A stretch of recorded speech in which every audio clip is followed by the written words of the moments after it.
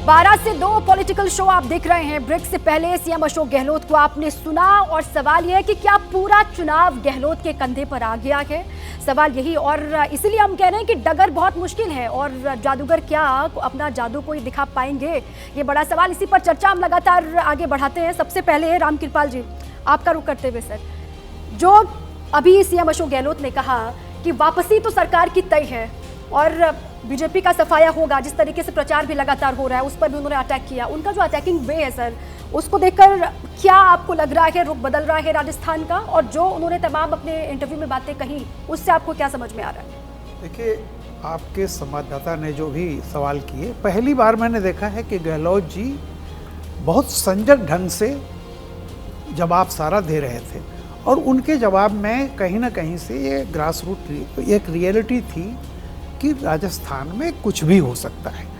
कांग्रेस आ भी सकती है और कांग्रेस हार भी सकती है। देखिए, उन्होंने जो बातें कही, एक तो उन्होंने कहा कि केरल में 70 साल में अगर वहाँ की सरकार सिर्फ कोरोना के नाते रिपीट कर सकती है तो यहाँ की क्यों नहीं। बात उनकी सही थी, लेकिन जब ये हुआ कि 155 आप उस पर हैं तो बड़ी शालीनता से उस सवाल को टाल गए और उन्होंने कहा कि कांग्रेस रिपीट करने जा रही है। और देखिए, जो आपने एक बात अभी कही थी, राजस्थान में अगर रिपीट करते हैं तो निश्चित तौर पर यह गहलोत का ही करिश्मा होगा। एक ट्रेडिशन को तोड़ेंगे और निश्चित तौर पर तो राजस्थान, मैं बहुत पहले भी यह बात कहता था कि राजस्थान में गहलोत ही हाई कमान है, गहलोत ही सब कुछ हैं। और ये अचानक नहीं है, जब वो राज कर रहे थे वहाँ पे, तब से जब अध्यक्ष उनको बनाए जाने की बात की गई, तब से गहलोत जी जो चाहे हुआ वही। पूरा जो दारोमदार है जीत का राजस्थान में, निश्चित तौर पर देखिए, मेरा कहना ये है, लेकिन उनकी आज इस बात से एक बात और उन्होंने कही कि बहुत से लोग ये कहेंगे कि गहलोत जी ने काम बहुत अच्छा किया है लेकिन वोट बीजेपी को दे देंगे। एक बात उन्होंने और कही। तो मेरा कहना था कि बैलेंस बात उन्होंने कही है और एक लीडरशिप हमेशा आशावादी होती है और वो, लेकिन कहीं ना कहीं वो रियलिस्टिक हैं कि हो सकता है कि जो उनको हार भी सके। कुल मिला के सर, उनको अपने वादों पर, अपने योजनाओं पर भरोसा है। उन्होंने ये कहा कि योजनाओं पर बात ना करके बीजेपी बरगला रही है जनता को, अलग अलग मुद्दों की तरफ वो ध्यान भटकाने की कोशिश कर रही है। सभी का रुख करेंगे बारी बारी से। 12 से 2 पॉलिटिकल शो आप देख रहे हैं। वरिष्ठ पत्रकारों का पैनल मेरे साथ लगातार मौजूद है। चर्चा इसी पर कि क्या राजस्थान में रिवाज इस बार बदलने वाला है, जिस बात का जिक्र सीएम राजस्थान के गहलोत भी कर रहे थे, इसी पर चर्चा कर लेते हैं। अभय जी, आपका रुख करते हुए, आपको लग रहा है कि हवा का रुख बदलेगा? जिस तरीके से वो भी बात कह रहे थे कि इस बार सरकार की वापसी तो तय है क्योंकि योजनाओं में दम है कांग्रेस की। देखिए, अशोक जी जो बात कह रहे थे, जहाँ तक मैं समझ पाया हूँ, जो मैंने सुना ध्यान से उसको, वो कह रहे थे कि सरकार रिपीट हो सकती है और होनी चाहिए। उन्होंने ये नहीं कहा कि सरकार निश्चित रूप से रिपीट होगी। तो उनकी बातचीत से ऐसा लग रहा था कि उनकी पूरी कोशिश है कि चुनाव फंस जाए और भाजपा आसानी से न जीत पाए।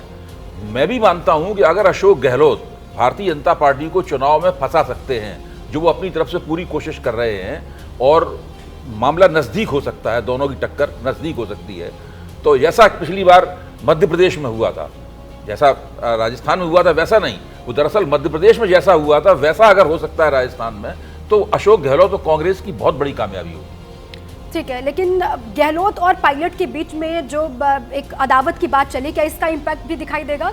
देखिए, वो इम्पैक्ट कम से कम हो, इसके लिए सोनिया गांधी वहां पर जयपुर पहुंच गई हैं, राहुल गांधी भी जयपुर पहुंच गए हैं। मुझे पूरा यकीन है कि खड़गे साहब भी वहां पहुंच जाएंगे। दिल्ली में बैठ के खड़गे साहब आप करेंगे क्या कि सारी लड़ाई तो 25 तारीख को होनी है।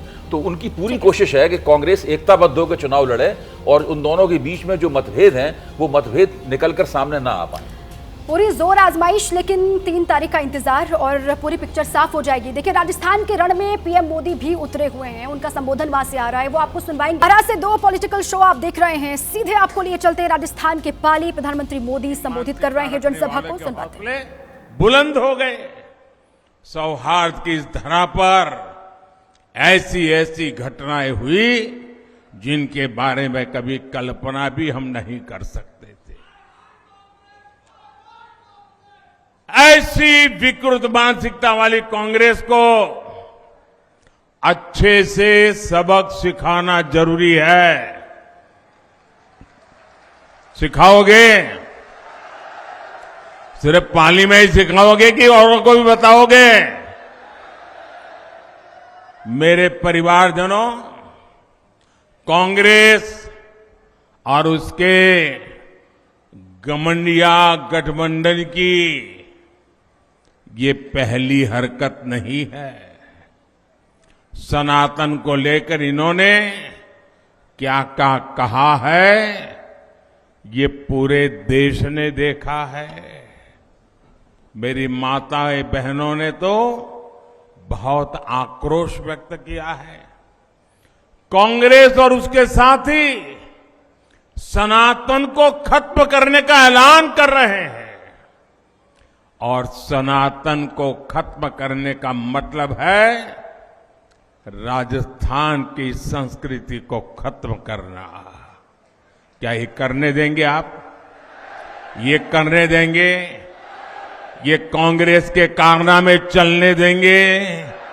एक घमंडिया गठबंधन के करतूत मान्य करेंगे? साथियों, हम सब तो भली भांति जानते हैं, यहां जालोर जिले में कानीवाड़ा में हनुमान जी का प्राचीन मंदिर है। उस हनुमान जी के प्राचीन मंदिर में पीढ़ियों से दलित समाज के ही पुजारी होते हैं, भगवान की पूजा करते हैं और सब लोग जाकर के वहां आशीर्वाद लेते हैं, प्रसाद आरोग्य करते हैं। ऐसी प्रेरणादायी भूमि पर कांग्रेस के संरक्षण में दलितों को निशाना बनाया जा रहा है। आप देखिए, महिलाओं और दलितों को लेकर ये कैसी कैसी भाषा का उपयोग कर रहे हैं। कुछ दिन पहले ही बिहार में घमंडिया गठबंधन के एक नेता, वो वहां के मुख्यमंत्री हैं, उन्होंने दलित समाज के एक पूर्व मुख्यमंत्री के लिए ऐसी अभद्र भाषा बोली, ऐसी अभद्र भाषा बोली, कोई सामान्य नागरिक भी बातचीत में भी ऐसा नहीं बोल सकता। वो विधानसभा के फ्लोर पर बोल रहे थे। ये है घमंडिया गठबंधन। क्यों गालियां दी? क्योंकि वो पूर्व मुख्यमंत्री अति पिछड़े दलित परिवार से आते हैं, इसलिए उनकी बेइज्जती करने में उनको आनंद आता है। उन्होंने तो पाप किया, लेकिन कांग्रेस के एक भी नेता उसके मुंह से ये गलत हुआ है, ऐसा नहीं होना चाहिए, ये बताने का भी विवेक नहीं है। दलितों के खिलाफ अत्याचार करने वालों को देखकर कांग्रेस आंखों पर पट्टी बांध लेती है। यहां राजस्थान में 5 वर्ष तक दलित परिवारों के साथ हुए अत्याचार पर कांग्रेस ने यही किया है। साथियों, जब से महिलाओं को आरक्षण देने वाला कानून नारी शक्ति वंदन अधिनियम पारित हुआ है, तब से इन्होंने महिलाओं के विरुद्ध अभद्र अभियान छेड़ दिया है। घमंडिया गठबंधन के नेताओं ने कैसी कैसी आपत्तिजनक टिप्पणियां हमारी माताओं बहनों के लिए की है। बिहार के मुख्यमंत्री ने तो विधानसभाओं में महिलाओं के प्रति घोर अपमानजनक शब्दों का प्रयोग किया है। लेकिन मजाल है कि कांग्रेस के किसी भी नेता ने कोई आवाज उठाई हो, और यही कांग्रेस का असली चेहरा है, जिसे राजस्थान के लोग पहचान गए हैं। साथियों, महिला विरोधी कांग्रेस कभी महिलाओं का कल्याण नहीं कर सकती, कभी महिलाओं की सुरक्षा नहीं कर सकती। कांग्रेस ने राजस्थान को महिलाओं के खिलाफ अपराध में नंबर 1 बना दिया है।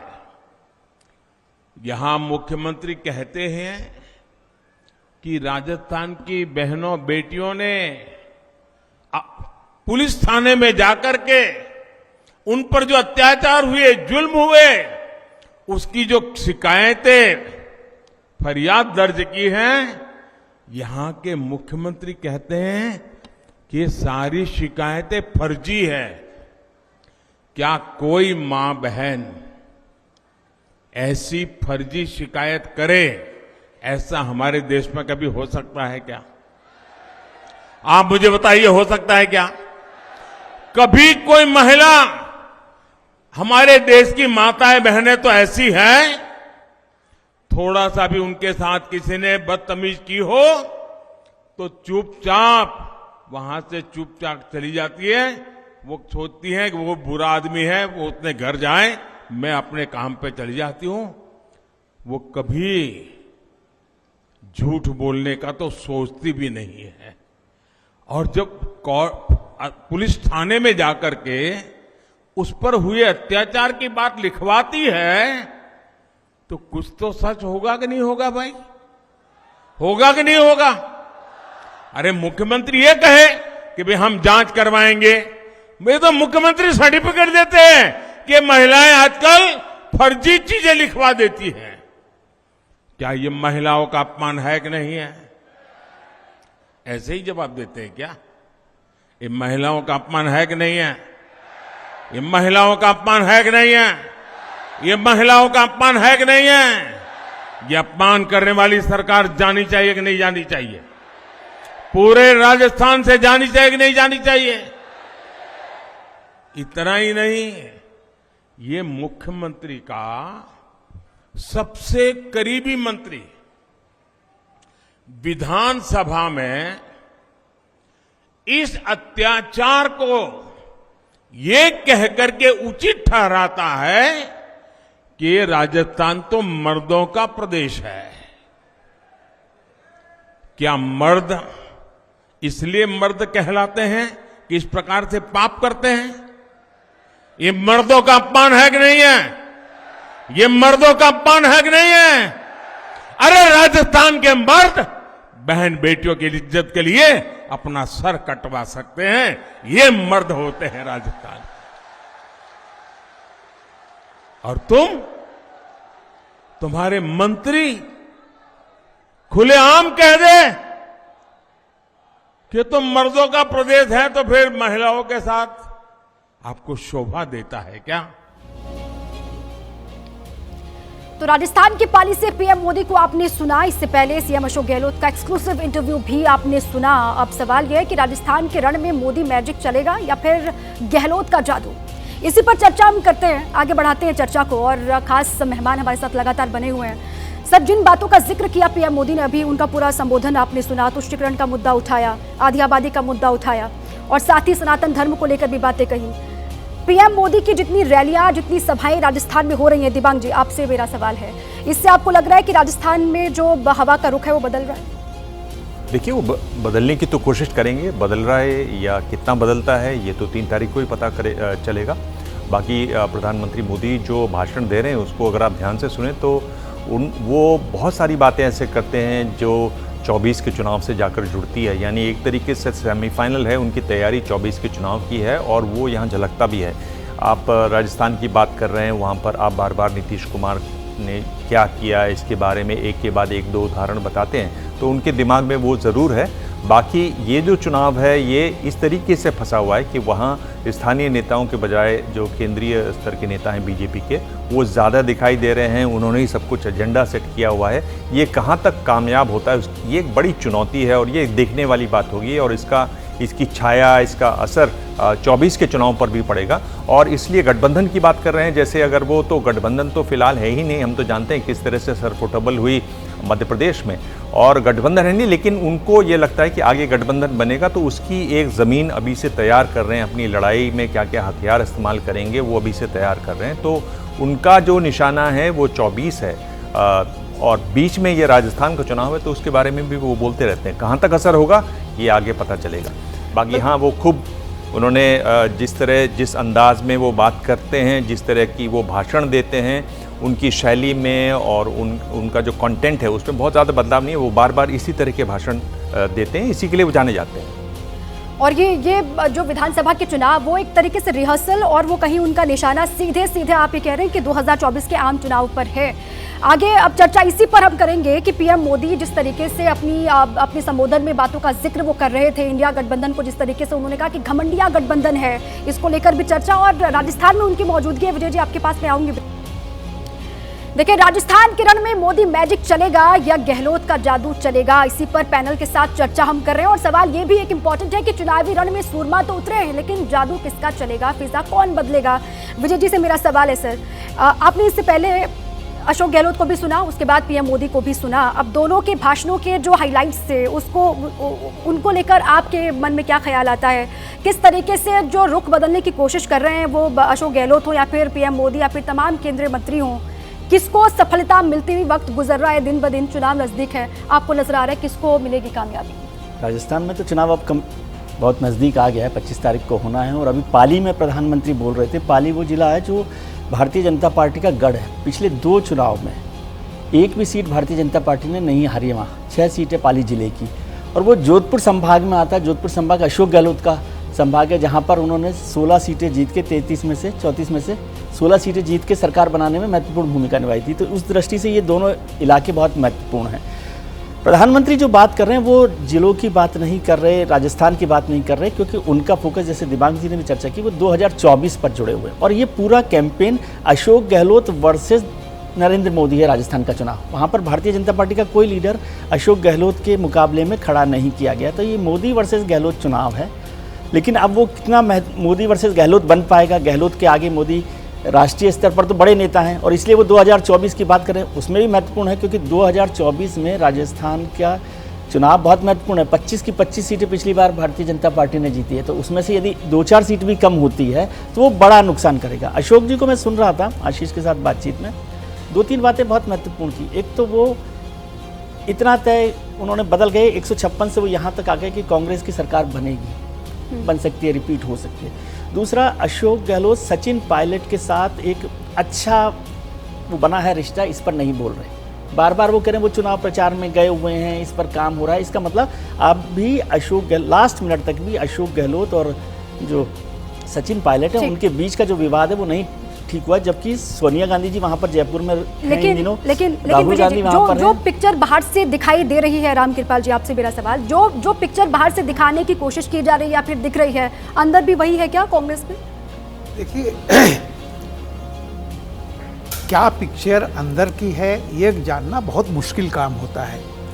मैं बहुत एक लंबे समय से बहुत इलेक्शन को नज़दीक से देख रहा हूँ। जो वोटर होता है बहुत हद तक डिसाइडेड होता है। 5 से 6% वोटर ऐसे होते हैं जो फैंस सीटर होते हैं, कभी भी इधर उधर होते हैं, सामने बहुत कम आता है। और जो पॉलिटिकल मास्टर्स होते हैं, जैसे आज गहलोत जी जो बोल रहे थे, उनको भी अंदर की बहुत हद तक सच्चाई पता होती है। लेकिन क्या है कि एक पार्टी का नेता होने के नाते जब तक आप, एक कहावत है कि जब तक आप हार नहीं जाते हैं तब तक हार मानने की कोई ज़रूरत नहीं है। ये राजनीति का एक विशेष वो है कि आप हमेशा एक बड़ा लक्ष्य रखिए सामने कि हम जीत रहे हैं। तो क्या है कि इनके भाषणों से, चाहे वो प्रधानमंत्री हों चाहे गहलोत जी हों, इनसे सच्चाई नहीं जानी जा सकती। रही है कि जो फाइट है, देखिए कांग्रेस चाहे राजस्थान में हो, मध्य प्रदेश में, छत्तीसगढ़ में, जो हालात हैं कमोबेश ऐसा नहीं है कि कोई एक पार्टी की लहर हो, ऐसा मुझे कहीं दिखाई नहीं। और राजनीति में सर ये होता भी है, टफ है। लोकतंत्र के लिए एक अच्छी चीज है कि 2 पार्टियां बराबर की लड़ाई लड़ रही हैं। उसमें क्या होगा 3 तारीख को एक अलग दिखता है। बिल्कुल ठीक है। लगातार कम हुआ है तीनों चुनावों में। सर एक छोटे से ब्रेक के लिए यहाँ पे रुकना है, क्योंकि राजनीति में यही होता भी है और दोनों ही पार्टियों पे दिख भी रहा है। राजनीति में होता यह है कि जो असल में है वो दिखता नहीं है, जो दिख रहा है वो होता नहीं है। इसी पर चर्चा भी लगातार हम आगे करेंगे। जैसे ही घड़ी का काटा दोपहर 2:30 पे आए, बबीता जी का दिल सास बहू साजिश के लिए मचल जाए। और ये है इनकी बहू, पूरे दिन ऑफिस की टेंशन हो जाए गॉन जब ये करें अपना फेवरेट शो फ्री टाइम पे ऑन। इनकी तरह आप भी देखिए अपना फेवरेट शो अपने टाइम पर और डाउनलोड कीजिए एबीपी लाइव ऐप अपने स्मार्ट टीवी पर।